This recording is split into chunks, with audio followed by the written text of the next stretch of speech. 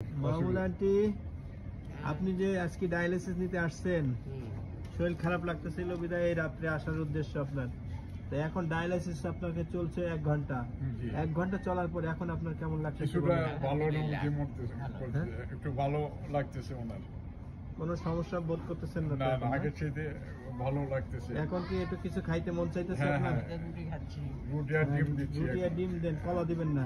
না, কেননা কলা খাইলে আবার শ্বাসকষ্ট বেড়ে যাবে কিন্তু। হ্যাঁ, তো সেই জন্যই ওনাকে রুটি আর ডিম দিচ্ছি। আর আপনি তো অনেক টেক কেয়ার করেন আন্টি, আমি জানি, আমি দেখি অনেক টেক কেয়ার করব। না, কলা আপনি সবজি কলা খাইতে পারবেন অর্ধেক পরিমাণ। হ্যাঁ, দিনে